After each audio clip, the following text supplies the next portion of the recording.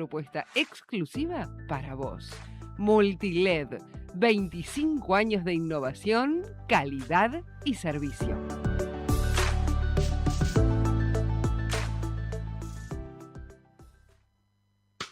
¿Sabés por dónde pasa la movida cultural hoy? En el corazón de Villa Crespo. Doble sentido. Doble sentido. Bar cultural. Con visión de triple impacto. Cervecería artesanal, cafetería y pastelería. Un multiespacio lleno de arte para disfrutar con todos los sentidos. Date una vuelta por Doble Sentido, Bar Cultural. Loyola 788, Villa Crespo. ¡Abracadabra! ¡Que la página se haga ya! ¡Shu, shu, shu! Y no ve. Ni con magia se puede hacer una página en solo 5 días a un precio tan accesible. Eso podría hacerlo alguien con un don muy especial. Para poder diseñar, programar y estar en la red con tu página web en solo 5 días y a un precio inigualable, se necesita contar con DonWeb. Entra a donweb.com y entérate cómo obtener tu página en solo 5 días a un precio más que razonable. donweb.com. El don de hacer posible lo imposible. Para nosotros construir es unir. Unir la construcción con soluciones innovadoras y sostenibles que marcan y marcarán la diferencia en las personas y el planeta. Imagina en grande.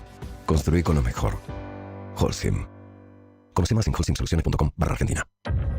Cadero informa que la línea 144 es gratuita, anónima, nacional y disponible las 24 horas del día. Todo el año para la atención exclusiva a víctimas de violencia de género. Comunícate por WhatsApp 11 27 71 64 63. Ofrece información, contención y asesoramiento sobre violencia física, psicológica, sexual, económica, patrimonial y simbólica. Este es un mensaje de la Cámara Argentina de Radios Online. Buenos Aires, todo conectado. Ahora moverte en la ciudad de Buenos Aires es mucho más simple. En el subte y en los colectivos podés pagar con tu celular, con QR, con tarjetas de débito y crédito. Sin vueltas, sin perder tiempo, siempre conectado. Conoce más en buenosaires.gov.ar/movilidad. Buenos Aires Ciudad. GPS Audiovisual Radio. Todos los miércoles a las 19 horas, el protagonista es el cine argentino. En la mirada de Julia Montesoro. Un programa con perspectiva de género que nuclea la industria cinematográfica del país.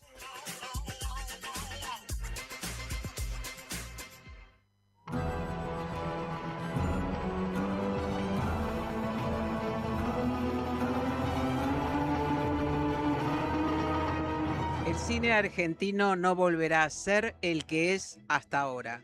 Nosotros, desde GPS Audiovisual, seguimos apostando, seguimos creyendo en la cultura como pilar fundamental de nuestra sociedad. Una cultura que sea plural, libre, accesible, diversa y que cuente con recursos del Estado. Bienvenidos a una nueva emisión de GPS Audiovisual Radio con la producción periodística de Norberto Chap, la conducción de quien les habla, Julia Montesoro, en los controles, Gonzalo Sorais y en la dirección artística, Jessica Bernardú. El programa de hoy está dedicado muy especialmente al Festival Más, el ciclo de estrenos españoles exhibidos en los festivales de Málaga y San Sebastián de 2025 de este año, que se presentó la semana última en la Sala Lugones, entre el viernes 28 y el domingo 30 de noviembre. Allí tuvimos esta serie de encuentros con los protagonistas fundamentales de esta muestra, las delegaciones artísticas que vinieron a acompañar el ciclo Más. Vamos a esas notas. Sorda es el primer largometraje de Eva Libertad que llegó a la Argentina en el marco del Festival Más. La película traza la historia de una pareja, ella sorda, él oyente, que, bueno, tienen un pacto de respetar las diferencias, pero las cuestiones cambian también cuando tienen una hija en común y esta hija es oyente y, bueno, no vamos a contar mucho más, pero de eso va esta película que además ha recorrido más de 50 festivales internacionales, ¿no? Festivales, la verdad que no lo sé. Sé que se ha vendido a más de 56 países. Festivales no recuerdo él. A lo mejor estás tú mejor informada que yo, no lo sé. Bueno, pero tiene muchísimos premios, Sí. un gran recorrido internacional y bueno, tuvo su premier en Málaga, ¿no? En el Festival de Málaga. La premier nacional fue en Málaga y la internacional fue en Berlín, en la Berlinale. Ajá, bien. Y allí también con gran repercusión. Bueno, ganamos la sección de Panorama, Claro. el primer premio de la sección Nada de Panorama. menos. Fue increíble. O sea, para nosotras ya estar seleccionadas en la Berlinale era como el sueño más grande y no solamente estuvimos, sino que ganó la película. Sí. Bueno, el germen de esta película es un cortometraje homónimo que está realizado en 2021, ¿no? ¿Qué te llevó a plantear el largometraje? Pues que el corto se nos quedó corto, nunca mejor dicho. O sea, cuando el corto solamente cuenta ese momento en el que Ángela empieza a plantearse ser madre. Todos los miedos, las inseguridades que siente cuando se piensa como una madre sorda en un mundo oyente. Pero no llega a suceder. Ella, de hecho, ni siquiera está embarazada durante lo que cuenta el corto. Entonces, nada más terminar el rodaje, pasaron varias cosas. Una, por un lado, que como guionista y directora me quedé con ganas de saber qué pasaba, si eso realmente sucedía, o sea, si la criatura llegaba. También me quedé con muchas ganas de seguir indagando en este personaje y sobre todo de profundizar más en el vínculo entre el mundo oyente y el mundo sordo, a través de esta pareja protagonista. Y luego también lo que pasó fue que me quedé con ganas de seguir trabajando con mi hermana, con Miriam, que es la actriz protagonista, y que ya habíamos trabajado juntas en teatro, pero en el corto fue la primera vez que yo tomé conciencia de hasta qué punto es una actriz enorme y que le pones la cámara y a mí me da mucho placer verla a través de la cámara. ¿Había películas sin ella? No, jamás. Primero, no habría películas sin ella como actriz y tampoco habría películas sin ella si no fuésemos hermanas. O sea, yo puedo hacer esta película sobre sordera o sobre este personaje, porque para mí la película trata de muchos temas, porque mi hermana es Miriam, porque soy hermana de Miriam y sé lo que sé sobre sordera a través de ella. Pero yo no sé nada de otras discapacidades. Me refiero a que vivimos en una sociedad que de espaldas por completo a la diversidad, a cómo sienten, cómo viven, cómo están en el mundo personas con diversidad funcional, con discapacidad. Y o tienes una persona sorda o con otra discapacidad muy cerca o no sabes cómo es eso. Además de que cada persona sorda vive de una manera diferente y tiene unas necesidades diferentes también. Claro, porque también hay distintos tipos de sordera, sí, de formas de comunicarse, ¿no? Y diversas personalidades y maneras de estar en el mundo. Claro. ¿Cuánto de la verdadera, de tu hermana, digamos, tiene ese personaje, el de la película? Pues yo creo que Ángela, ella también lo dice, Ángela y Miriam comparten ciertos malestares que tienen que ver con ser una persona sorda en un mundo oyente y capacitista, donde las personas sordas tienen que estar haciendo un sobreesfuerzo continuo por desplegarse, por comunicarse. Pero, por ejemplo, Miriam pues, no comparte con Ángela. Miriam no ha sido madre, no ha dado a luz, no ha pasado por la experiencia de estar en un paritorio. Toda la historia es de Ángela, es del personaje. Miriam hizo un trabajo como cualquier actriz. Lo que comparte con ella es ciertos malestares y entender cómo pues eso, o sea, ciertas situaciones en las que Ángela no puede comunicarse o no termina de encontrar su lugar. Eso sí lo puede entender. Sí. Bueno, incluso en el vínculo con esa hija, ¿no? Que quiere descubrirlo, pero al mismo tiempo su pareja es oyente, igual que la niña, y bueno, ella está casi perdida, ¿no? Sin encontrar como que pierde su lugar en su hogar. Sí. Ahora, bueno, entre muchas otras complejidades que supongo que tuviste que atravesar en el rodaje, ¿no? de esta película, hay un trabajo muy especial con el sonido, Ujú. que es justamente para tratar de aproximarse, ¿no? De alguna manera a la experiencia de una persona no oyente. Ujú. Sí, para mí el sonido en esta película fue una fue de lo más difícil encontrar algo porque me preocupaba mucho caer en algo efectista. Es una película que se prestaba mucho a hacer grandes virguerías con el sonido, incluso a hacer un uso un poco maniqueo del sonido y a través del sonido como subrayar lo emocional y a mí me preocupaba caer en eso porque a mí como público no me suele gustar cuando veo muy claramente la intención de la directora o del director diciéndome ahora te tienes que emocionar, ahora tienes que llorar. A mí eso me suele distanciar. Entonces aquí finalmente encontré esa estructura narrativa en la que, sin hacer spoiler, que yo suelo hacer spoiler y soy fatal para eso, pero en la que estamos la mayor parte de la película muy cerca de Ángela, pero fuera de ella y con un sonido aparentemente naturalista, aunque está muy trabajado, pero aparentemente naturalista, y solo en un momento entramos atrás, dentro de ella. Yo creo que también es una manera de terminar de entenderla y terminar de empatizar con qué es lo que está sintiendo. Ujú, ujú. ¿Y cómo trabajaste vos ese elemento? El sonido. Porque también debe ser muy difícil, bueno, esto es lo que yo quiero crear en este momento de la película, ¿no? Pues para mí, una de las cosas que más cuidamos, tanto desde guión como luego en la planificación de la película y en el rodaje, fue el arco emocional de la película. Y el arco emocional de la película, al final, es el arco emocional de Ángela. Entonces era tener muy claro qué queríamos sentir. Que yo me sentaba cuando llegaba ya el rodaje y ya habíamos hecho toda la planificación, toda la preproducción. Yo ya tenía muy claro qué quería transmitir emocionalmente con cada secuencia. Entonces eso era hacerme esa pregunta, intentar conectarme en el rodaje, por ejemplo, con ¿está sucediendo eso? ¿Eso que necesita en este momento emocionalmente la película? Sí, no. Y seguir haciendo tomas hasta que eso sucedía.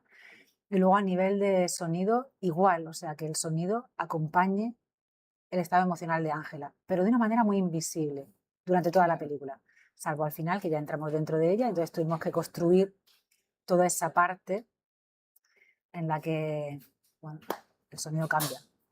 Bueno, Voy a hacer spoilers, si sigo hago spoilers. pero no, es muy impresionante toda la película, pero esa Ya. parte es muy, muy intensa y bueno, sí, efectivamente nos acerca un poco a tratar de entender, ¿no? ¿Qué pasa con el que no escucha? Sí, es como explorar, bueno, explorar no, ni siquiera, era como a través de su sensorialidad llegar a su emocionalidad, a su experiencia Claro, más profunda. claro. ¿Y qué fue lo que más te impactó o lo que te sorprendió cuando la película se estrenó con público? Pues ¿Hay mira, algo que no me habías impresiona, pues por descubierto? ejemplo, me impresiona mucho que haya mujeres, madres oyentes que me escriban y me digan, no soy sorda y me identifico Sí, con los miedos de Ángela. O sea, eso era algo que no, sí, como ver hasta qué punto la película llega a públicos muy, muy diversos. sí, Madres oyentes que me dicen eso, que me dicen, yo entiendo y he tenido esos miedos a no vincular con mi criatura, a no ser la madre que se espera de mí, que no entra no encaja dentro del molde que todo el mundo espera. Eso sí. Y luego ver la cantidad de gente que la hace suya, la película, porque al final era una película que tampoco sabíamos cómo iba a ser recibida. No hay tantos referentes. Y bueno, la conexión que ha conseguido con el público, yo creo que es lo que más me impresiona y lo que más ilusión y más me alegra. También yo creo que tenemos a veces no digo, pero bueno, a veces tenemos como una impresión del público que no es la que realmente, claro. en un punto, a veces yo creo que menospreciamos el público. Y para mí ha sido muy bonito descubrir que hay un público, además en muchos lugares del planeta, preparadísimo para recibir esta historia y deseando recibir esta historia. Y que te dicen, no sabía esto y ahora quiero saber más. Sí. Y es una película que además habla, bueno, por supuesto la protagonista es no oyente, pero que habla de muchos temas que nos identifican a las mujeres. Bueno, es que para Digo, mí... la violencia obstétrica, por ejemplo, que ella padece en el parto, el hecho, la maternidad o la decisión de no maternar, todas esas cuestiones, ¿no? Claro, es que para mí no, o sea, yo no quería que la sordera fuese el tema, sino que claramente Ángela está atravesada por la sordera, porque en este mundo ser sorda es un problema, pero no es un problema de Ángela, es un problema social. Sí, para una persona sorda, la sordera puede ser una condición, una manera de estar en el mundo, no una carencia ni un problema. Es la sociedad capacitista la que no sabemos qué hacer, ni cómo comunicarnos, ni cómo... Pero lo que sí que también tenía claro es que no quería que Ángela, que fuese la historia de una mujer sorda, sino que Ángela fuese, pues eso, trabajadora en su taller, compañera de trabajo, pareja, me apetecía entrar en su relación de pareja, hija de su madre y de su padre, y que tuviese los problemas familiares que también podemos entender y vivir, la maternidad por otro lado, la amistad también. Entonces me apetecía entrar en todos esos lugares y siempre Ángela atravesada por su sordera. Bueno, muchísimas gracias por este contacto, Eva Libertad, directora de Sorda, una formidable película que como acabas de decir, no habla solamente de la sordera, ¿no? De muchos otros tipos de sorderas habla en todo caso. Muchísimas gracias por este contacto. Muchísimas gracias a vosotros. Gracias.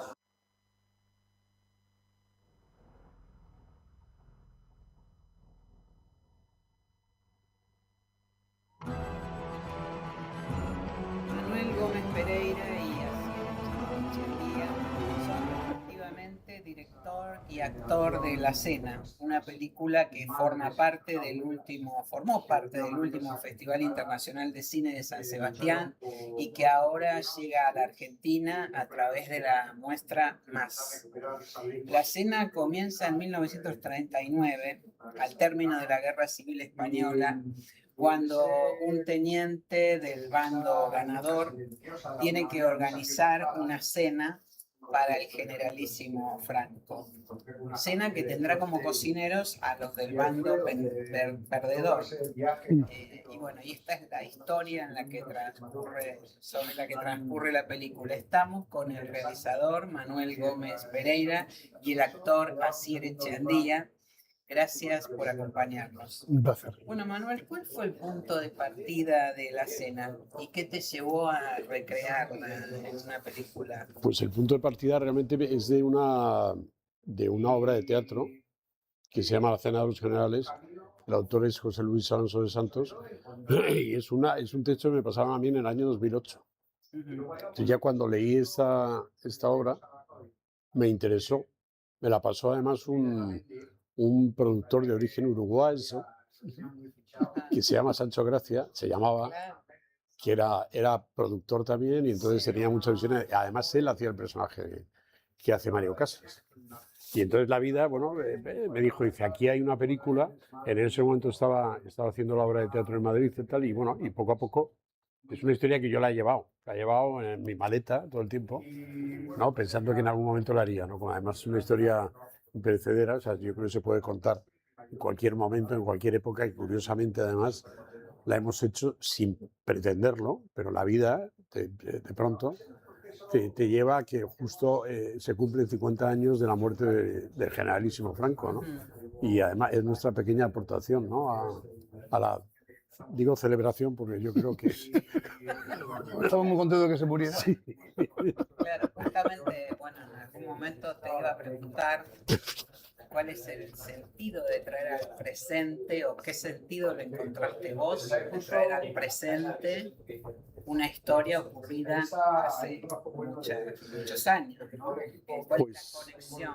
La conexión realmente primero porque yo creo que es el momento de, o nos tocaba ya, y además es saludable, hacer una sátira sobre un dictador, que se han hecho muchas, y con Hitler tampoco hay muchos dictadores que se den para hacer la sátira, ¿no? Hay algunos que son como ya, por ejemplo, ahora hay uno que es, no voy a decir nombres, pero bueno, quiero decir que por ejemplo Trump prácticamente es un populista, ¿no? Sí. Es un dictador disfrazado de populista. Tiene buena comedia Trump también. Pero tiene buena comedia. Tienen buena comedia todos los dictadores. Claro. Y ellos no tienen sentido del humor, pero sí que tienen comedia, ¿no? Y bueno, una de las razones precisamente era hacer una sátira sobre el dictador. Porque curiosamente todavía está presente, no solamente que esté presente, sino porque hay muchas facciones, pero tanto digo en España como en Europa, que se está desarrollando un movimiento bastante peligroso a nivel de que casi estamos repitiendo una serie de acciones que nos llevaron tanto a la guerra civil, a nosotros en España, como a la Segunda Guerra Mundial, ¿no? O sea, quiero decir que es peligrosísimo. Además, las guerras y lo que produce una guerra, que es absolutamente devastador, está muy cercano, tanto desde Europa. Además, ahora como se retransmiten, pues lo hemos normalizado muchísimo, ¿no? Entonces yo creo que en ese sentido la cena, como es una parábola de un país en ese momento, que es el año 39 en España, el fin de la guerra civil, pues nos parecía que el Palace, además el hotel donde se desarrolla, es como bueno, pues un país realmente donde suceden una serie de acciones y hay una serie de personajes, pero que por encima de todo está el pueblo que sufre las consecuencias de la guerra, ¿no? Y es el pueblo que quiere luchar y salir adelante, ¿no? Bueno, te lo pregunto desde el desconocimiento, no sé cómo es la versión teatral, pero la ironía, la farsa, el toque de farsa, ¿está más acentuado en tu película? Sí, realmente es más, la obra original es más blanca. O sea, nosotros necesitábamos darle un poquito más de oscuridad. Para mí es una comedia, yo creo que he dicho que es una comedia de luces y sombras, ¿no? Entonces, Sí. Y sobre todo también crear personajes que no existían en la obra de teatro original, como por ejemplo el personaje que hace Asier, que es Alonso, ¿no? Que tiene un significado muy claro, que es la muerte, ¿no? Y el miedo que puede desarrollar en ese momento a través de lo que significa este hombre, que es absolutamente, es un asesino, ¿no? Es un psicópata, o sea, quiero decir, con un punto sofisticado, pero en el fondo es eso, ¿no? Le importa, la vida no le da ningún valor, ¿no? Entonces, nos parecía que era muy importante que ese personaje existiera en el encargo, porque de alguna manera es lo que genera, a medida que va avanzando el conflicto, no solamente el que lleguen todos a conseguir que la cena esté, porque hay dos partes, uno que evidentemente tiene que cumplir una misión, tanto el teniente Medina como el maître, Genaro, y luego los cocineros, quienes hacen bien su trabajo. Pero luego lo que tienen que intentar, evidentemente, lo que aparece es una trama, que es cómo salir de ahí, ¿no? De alguna manera. Y el punto, digamos, y la pared que se encuentran, y todo lo que está, de alguna manera, en contra de ese objetivo, es el personaje de Asier, ¿no? ¿Cómo llegaste a Asier, a este personaje? ¿Qué te interesó particularmente? Voy a contar la historia de siempre, lo sabes. A mí este señor me llamó una noche y me dijo, urgentemente léete este guión y me tienes que responder mañana. Tienes que responder que sí. Me tienes que responder ya urgentemente. Y yo dije, vamos a ver, ¿qué actor se le ha caído que te ha dicho que no, que me está llamando a mí? Así que fue que yo siempre lo digo, que yo con Manuel, vamos, le hubiese dicho que sí sin leerlo porque confío totalmente en él y para mí trabajar con él es un lujo y es un honor. Porque para mí es el jefe de la comedia y la historia de su cine en España ha sido para mí indispensable también, ¿no? Y entonces para mí era un regalo poder trabajar con él. Así que fue todo muy rápido. Inmediatamente en cuanto leí el guión dije quiero estar en esto. Vi el elenco con el que iba a trabajar y me excité más todavía. Me parecía que era todo maravilloso, pero fue sí, todo. Todo apuntaba a que iba a ser algo en lo que quería estar. Me recordaba a las buenas películas españolas de toda la vida, grandes actores con gran conflicto, y de alta comedia y me apetecía mucho. Entonces, bueno, rimó todo en ese momento y llegó en el momento ideal. No me dio mucho tiempo para demasiado porque empezamos a rodar lo que es ya, pero bueno. Pero a él le gusta trabajar con presión. A mí me gusta trabajar con presión.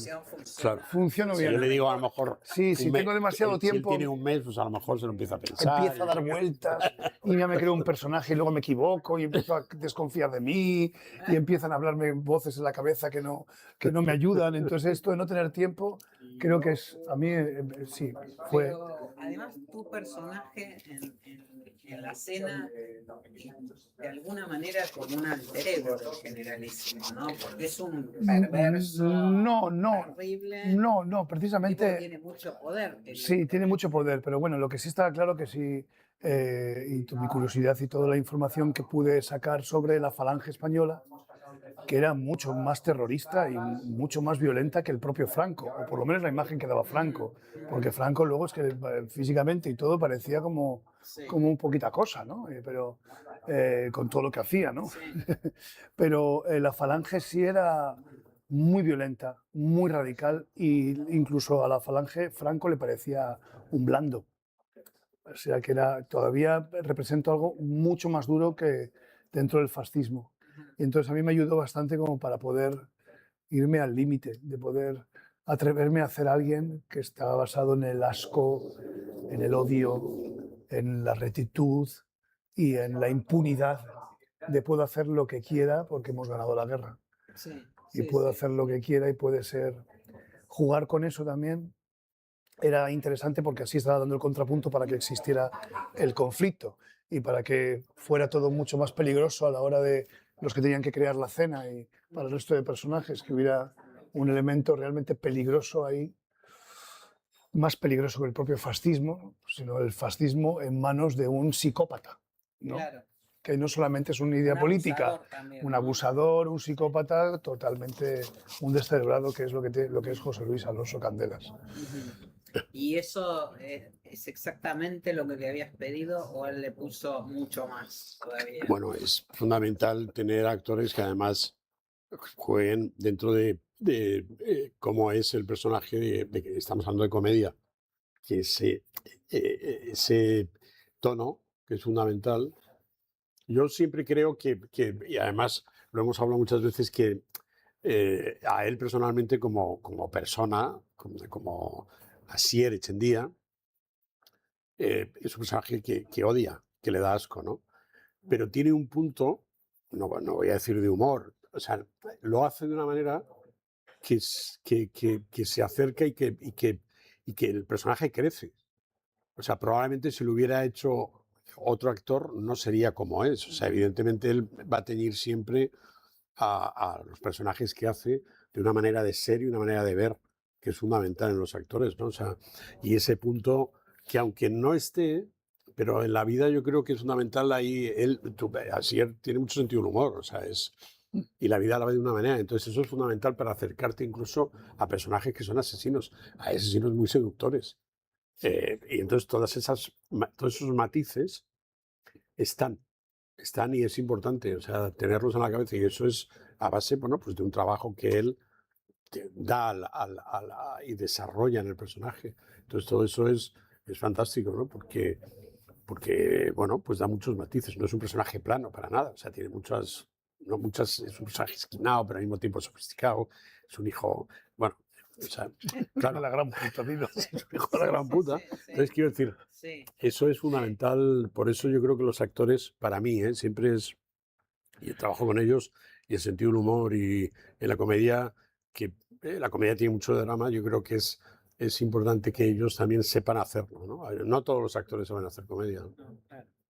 Bueno, justamente, entre otras cosas interesantes que tiene la cena, la película, es esa contrapartida, ¿no? Porque él podría caer en algún momento en la ironía fácil, digamos. Sin embargo, es un personaje marcadamente oscuro, negro, sí, ¿no? Y siniestro, total. Pone un contrapeso en el resto de la ironía de la película. Hace que quieras más a los otros.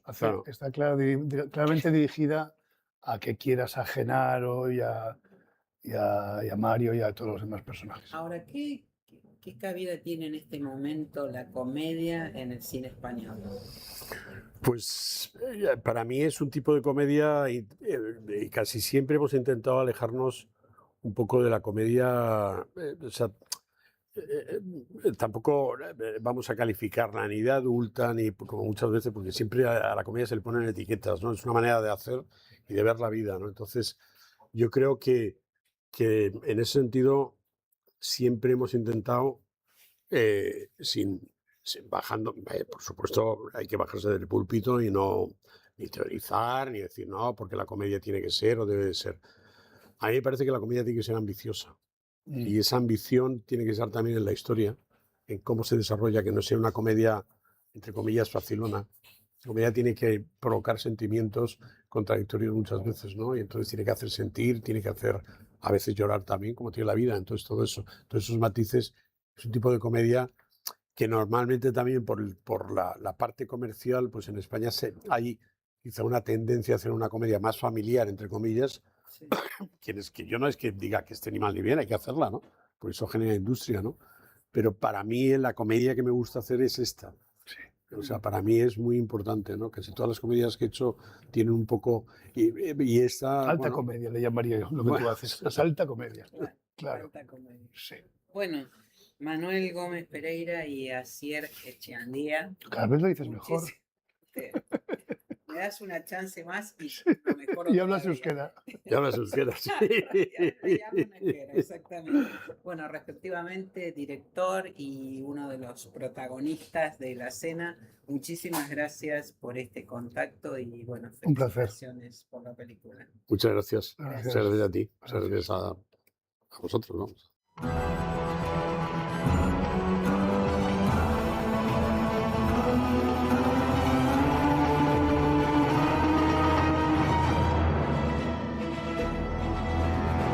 Llegó a la Argentina en el marco del festival Más La Buena Letra, una historia realmente apasionante sobre los sacrificios que tuvieron que hacer las mujeres en la posguerra, con guión y dirección de Cecilia Rico, protagonizada por Loreto Mauleón. Entre otros reconocimientos, la realizadora obtuvo una mención especial del jurado del último Festival de Málaga. Estamos con Celia Rico y Loreto Mauleón aquí en GPS Audiovisual Radio. Muchas gracias por acompañarnos. Bienvenidas. Gracias. Celia, la historia tiene como punto de partida la novela homónima de Rafael Chirves, editada hace más de 30 años.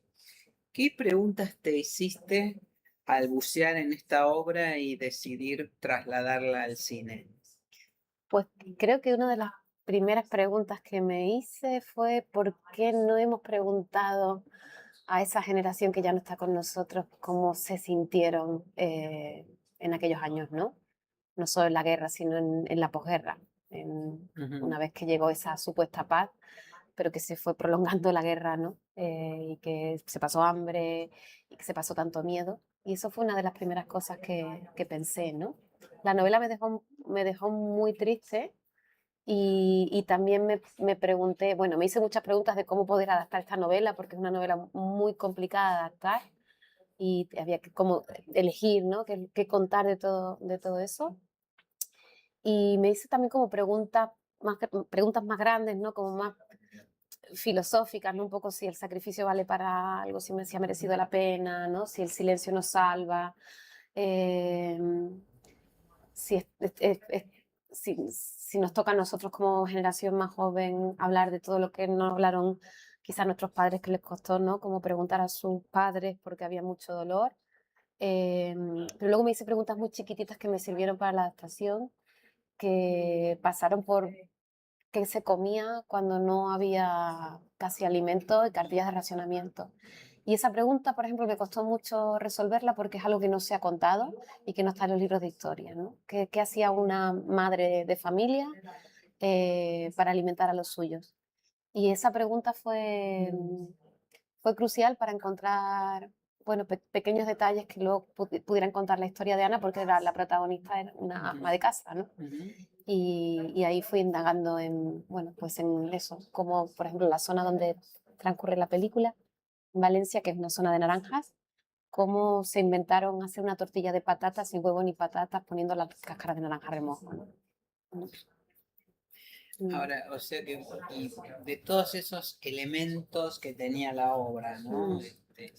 En la que te basaste, ¿vos por dónde decidiste, qué decidiste privilegiar?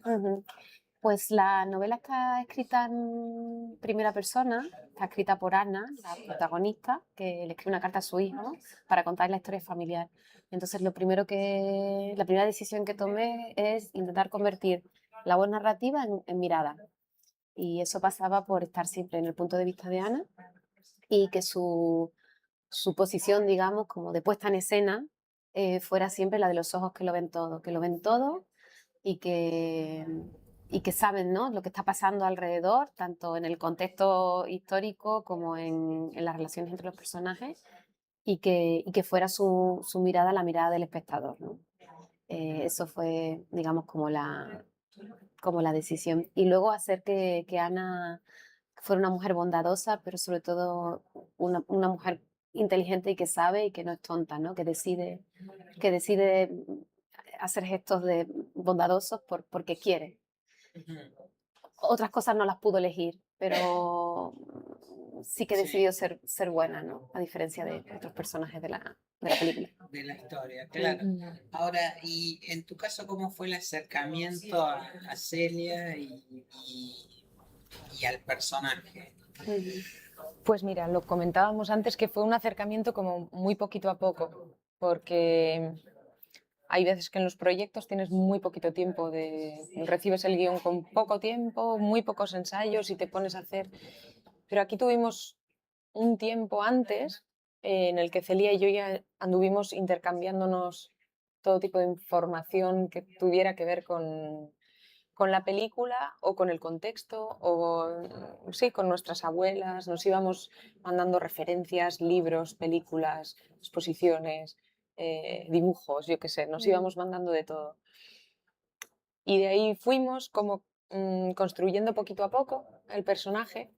Y luego algo que a mí me sirvió muchísimo es el coser, las tareas del hogar, que la cocina, por ejemplo, no es algo en lo que tuve que poner mucho hincapié porque me gusta mucho cocinar, pero sí en imaginar con lo poco que tenían, lo mucho que hacían, eso sí. Pero después, por ejemplo, lo de coser a mí me ayudó mucho a entrar en ese personaje, porque ella no para de trabajar, no para de trabajar. Y yo tenía que conseguir que eso fuera natural, que fuera algo que saliera de dentro. Y bueno, estuve también como 3 meses aprendiendo a coser. Y después, pues ya sí que tuvimos esos ensayos, primero las dos y después con el resto de los actores y las actrices. Y fuimos construyendo muy poquito a poco. Y eso no siempre tienes la suerte de hacerlo así. Y esto a mí me permitió como pues ir interiorizando al personaje. Y fue precioso, la verdad. Bueno, y además eso, un oficio que prácticamente nuestras madres, nuestras abuelas, coser, digo, bordar, todo eso sería muy natural. Claro, exacto. Sí. Yo le decía a mi madre, yo no tengo ni idea, yo me pongo el dedal en el dedo que no corresponde y voy haciendo. Pero por suerte la madre de Celia es costurera. Entonces ella fue una de las que me enseñó. Celia, la película reivindica el lugar de las mujeres, ¿no? En este contexto histórico.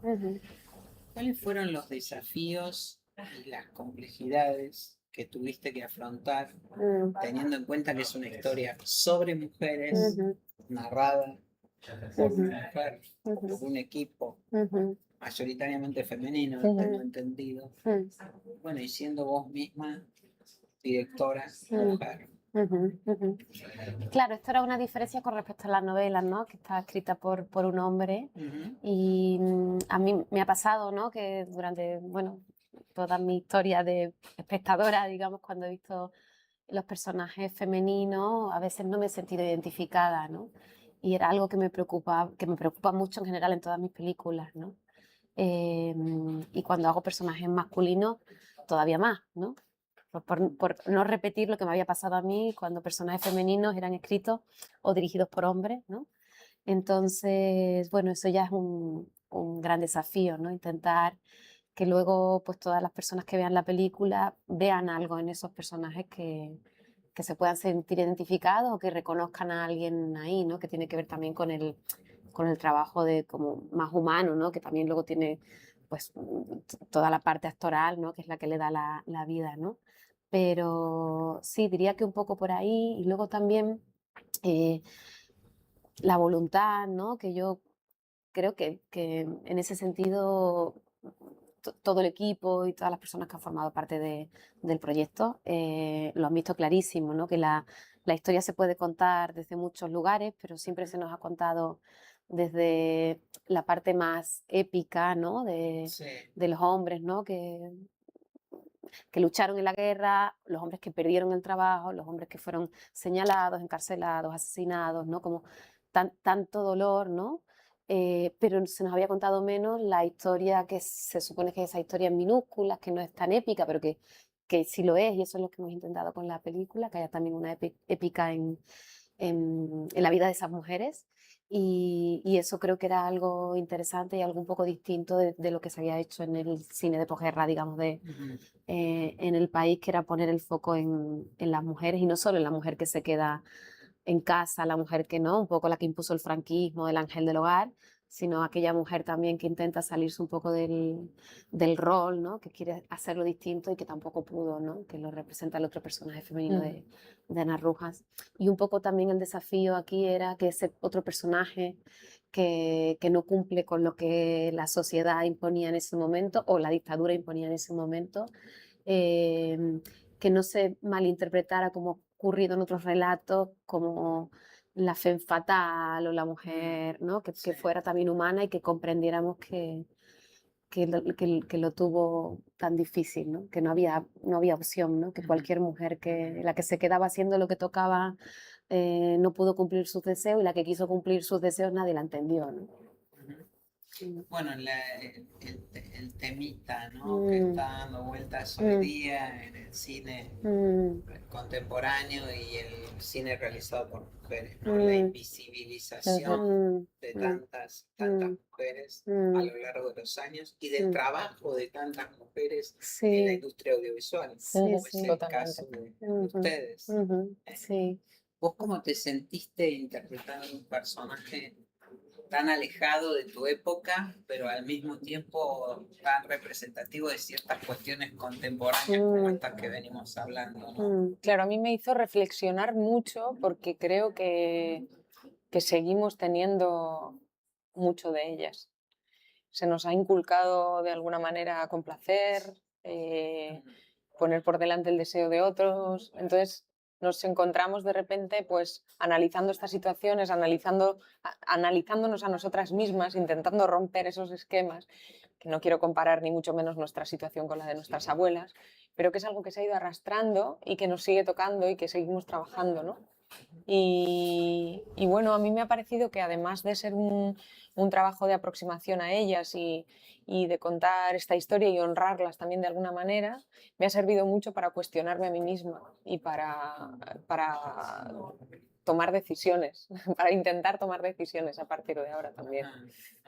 Sí, coger ese poder coger como un poco de les poder, dieron, sí. ¿no? Claro, eso que no pudieron tener ellas. Después de naturalizar durante tanto tiempo pequeños gestos cotidianos, sobre todo. Y que sigues notando que a veces lo sigues haciendo tú también, ¿no? Sí, totalmente. Sí. Y todavía nos queda mucho trabajo, pero ahí estamos, intentando romper. Bueno, la película tuvo su estreno mundial en el Festival de Málaga. ¿Qué percibieron del público? ¿Qué devolución tuvieron del público que ustedes no habían notado hasta ese momento?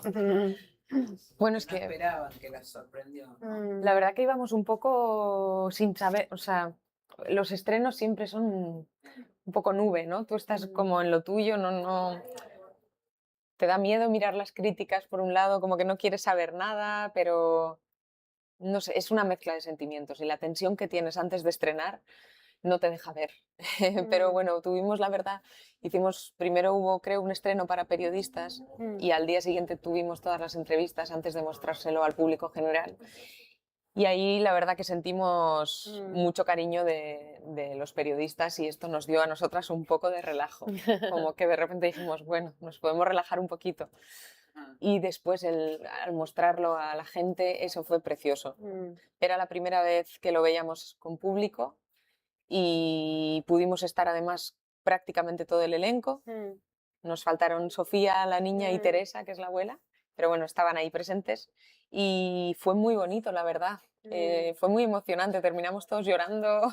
Bueno, Sí. fue bonito y además el público en Málaga es muy cálido y nos lo hizo sentir. Yo creo que sí, fue un bonito estreno.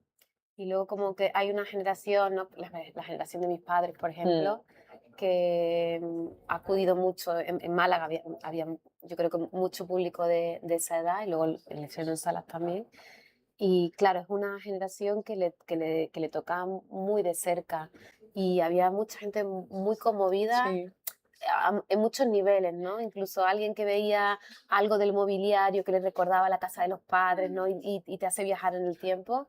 Y luego mucha gente que no ha podido hablar con sus familiares porque había mucho dolor y ante el dolor hubo mucho silencio.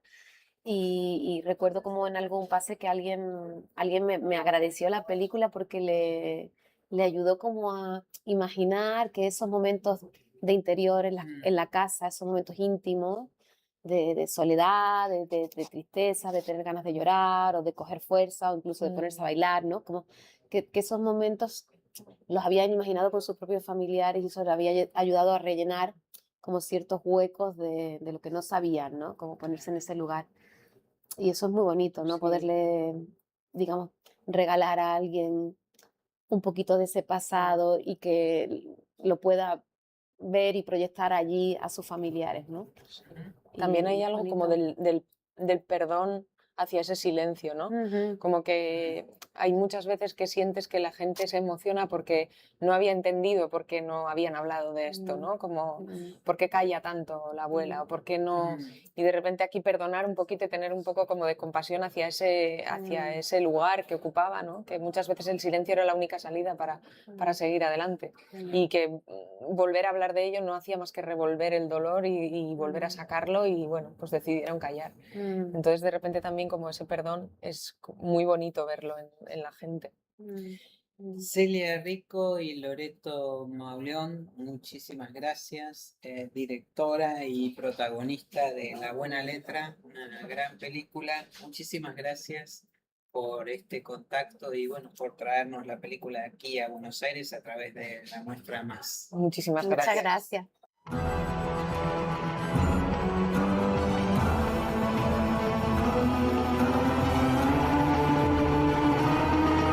El director vasco Asier Altuna llegó a la Argentina para presentar Carmel en el contexto del Festival Más. Carmel combina el drama histórico, música y memoria y pone el acento en la intimidad de una pareja y de una familia atravesadas por la guerra y la represión franquista. Está inspirada en la novela La hora de despertarnos juntos, de Kilmer Uribe, que a su vez se basa en una historia real. Bueno, estamos con Asier Altuna, muchísimas gracias por acompañarnos. Encantado. ¿Qué encontraste en la novela que te decidió a encarar el proyecto de la película? Pues la verdad es que yo nunca pensaba que iba a hacer una peli de época, nunca. Pero encontré una historia, aunque ya había habido un montón de historias de la guerra y de la posguerra, siempre pues nos han contado en casa, ¿no? Pero encontré una historia sobre todo con unos personajes muy potentes, ¿no? Desde Carmele, sus padres, Txomin Letamendi, el que se convirtió en su marido, personajes muy potentes y que tuvieron que lidiar con situaciones extremas, ¿no? Vi muchos elementos cinematográficos, desde la música y todo el viaje que tienen que hacer, ¿no? Porque son echados de su casa, se exilian en Francia primero, luego un segundo exilio en Venezuela y luego vuelven otra vez a su casa para intentar tumbar la dictadura. Entonces hay un montón de elementos muy cinematográficos ahí. Desde espionaje, hay guerra, hay historia de amor, hay mucha música. Y sobre todo gente muy comprometida y que bueno que luchó todo el rato por recuperar aquello que perdieron, ¿no? Me parece bueno, una historia muy épica, ¿no? Y ahí de repente me volví loco con la historia y me tiré para adelante, ¿no? Sí. ¿Y dónde decidiste poner el acento vos en tu versión Bueno, me de costó esta mucho. historia? Yo a priori pensaba que al tener pues un libro donde se contaba toda la historia y también tenía los testimonios de los hijos de Carmela y Chomin, pues pensaba que bueno, la historia estaba escrita y me parecía que se me había fácil escribir ese guión. Pues creo que es la primera vez que hacía una adaptación y me costó muchísimo, ¿no? Sobre todo porque me costó encontrar la historia, desde qué punto de vista contar, ¿no? Y acabé contando la historia sobre todo de esas mujeres que de manera casi silenciosa, ¿no? Luchan pues pensando en la siguiente generación, por recuperar de alguna manera eso que perdieron, pero pensando más en la comunidad que en ellos, ¿no? Y ahí Carmele se me apareció como, bueno, pues porque he tenido en casa también mujeres referentes que han hecho mucho pues por ejemplo, para recuperar esa lengua que fue prohibida durante tantos años en la dictadura, ¿no? El euskera, ¿no? En la euskera. Y yo he recibido eso desde casa y de repente puse el foco ahí, ¿no? Me alejé un poco de la épica de la guerra, del espionaje y un poco ese mundo de hombres y puse más el foco en ellas, ¿no? Claro, Y eso fue un poco pues el proceso que tuve que vivir porque todo eso que era muy cinematográfico y muy interesante, ¿no? La guerra, los exilios, la música, todo eso, pero al final acabé poniendo como de fondo y poniendo el foco en Carmele, ¿no? Claro, era muy tentador, ¿no es cierto? Es muy tentador, es muy goloso, pero también tengo que decir que fue un camino que me llevó pues el proceso de guión y bueno, yo suelo trabajar así, ¿no? Tampoco no pienso en qué peli voy a hacer, sino que me arrastre la historia, ¿no? Ir armando la historia según vas trabajando, ¿no?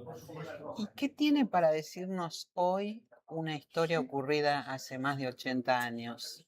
Bueno, pues desgraciadamente mucha, ¿no? Parece que es una historia de otra, es una historia de otra época, pero desgraciadamente pues estamos viviendo una época en la que el fascismo y el totalitarismo de alguna manera pues está apareciendo con mucha fuerza, ¿no? Aquí en América Latina, en Estados Unidos y en Europa por todos lados, ¿no? Entonces, pues la verdad es que da miedo, porque yo creo que es muy interesante, aunque la película no aparece, de alguna manera pues está ahí en la época de la Segunda República, ¿no? Una época que culturalmente era una maravilla, se estaban dando pues cambios muy importantes en la educación, también bueno, las mujeres consiguieron que pudieran votar en el 32, o sea, era una época de muchos cambios y justo el golpe de Estado fascista vino a romper todo eso, ¿no? Y yo de alguna manera ahora también, pues estamos bien de libertades, pero tenemos que ser muy conscientes de que en cualquier momento de un plumazo podemos volver a muchos años atrás, ¿no? Y pues eso, por eso creo que, bueno, pues de alguna manera pues esta peli no está mal que venga en este momento porque creo que sobre todo las generaciones nuevas, los jóvenes, deberían de concienciarse de que hay que luchar por mantener esas libertades que tenemos, ¿no? Y eso pues creo que bueno, estamos muy concienciados de eso y lo estamos trabajando para llegar a las escuelas con la peli y todo eso. También. Sí, también. Ajá, bien.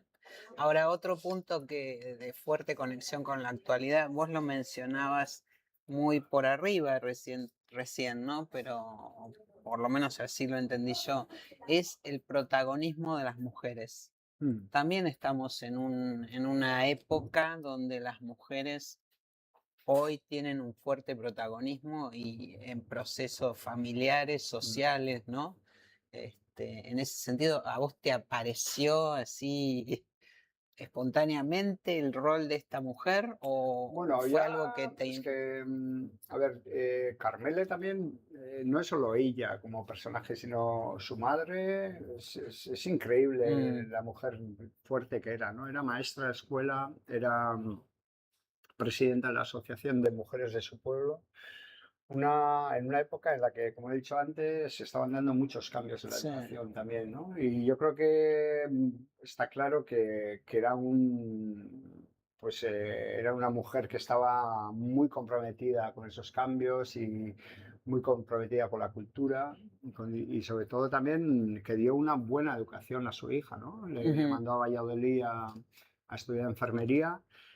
Y todo eso que tiene detrás Carmele también le hace, ¿no? Entonces, también creo que esta historia es una historia de generaciones, ¿no? Al final hay un momento clave en la peli que es cuando se dan cuenta, Carmele se da cuenta que la dictadura es más fuerte de lo que pensaban. Pues su marido sigue y se va a la guerra otra vez, se va a luchar, pero ella se da cuenta de que lo inteligente es trabajar la siguiente generación, ¿no? Darle unos buenos estudios a esos chavales para que algún día puedan recuperar todo eso que perdieron, ¿no? Entonces, creo que ese espíritu de transmisión es muy de las mujeres también, ¿no? Ese trabajo silencioso en la retaguardia y bueno, pues crear bases para que no se vaya al carajo todo, ¿no? Y creo que es creo que es un valor que me gusta mucho contar, ¿no? Porque a nosotros también nos ha llegado eso desde otras generaciones, ¿no? Creo que el pueblo vasco es un poco eso, ¿no? Mantiene un poco trabaja mucho las transmisiones, ¿no? Claro, claro. Sí, de generación en generación y las historias y la importancia, ¿no? Sí. De determinados valores, sí. Eso se ve mucho en el cine vasco. Ahora, bueno, Carmel se presentó, se estrenó en el Festival Internacional de Cine de San Sebastián, donde te otorgaron el premio Cinemira a la trayectoria. Sí. ¿Qué representó este reconocimiento? Bueno, cayó en la figura mía y de Telmo Snal, porque hace 20 años hicimos un largometraje en euskera que fue muy exitoso y bueno, como que arrancó una nueva era de pequeña industria de técnicos, de directores, productores, actores, que empezó a hacer cine en el País Vasco sin poner el foco en ir a Madrid o a Barcelona a trabajar, ¿no? Somos la primera generación que nos hemos quedado allí y de manera natural hemos acabado haciendo cine en Euskal Herria.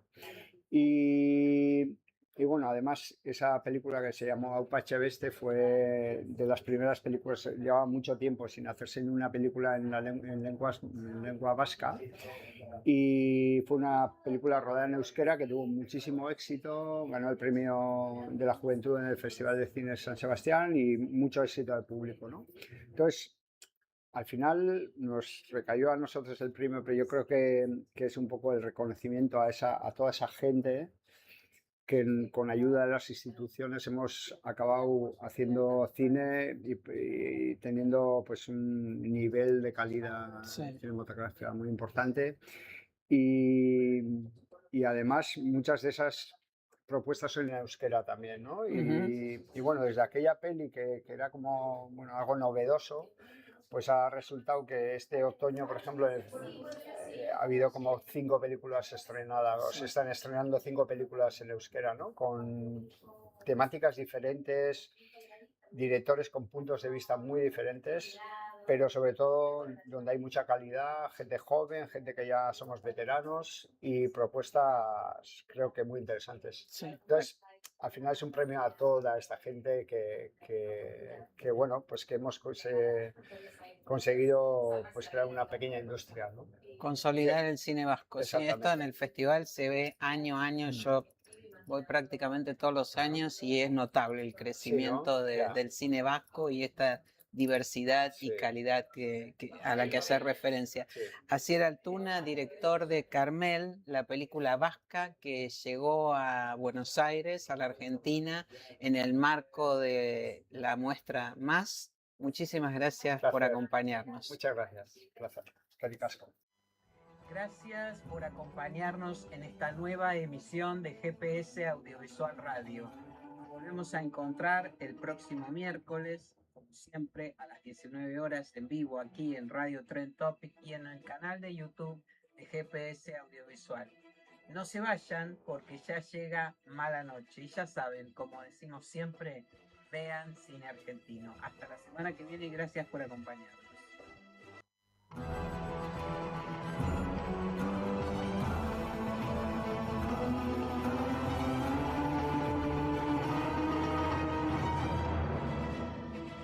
Esto fue GPS Audiovisual Radio.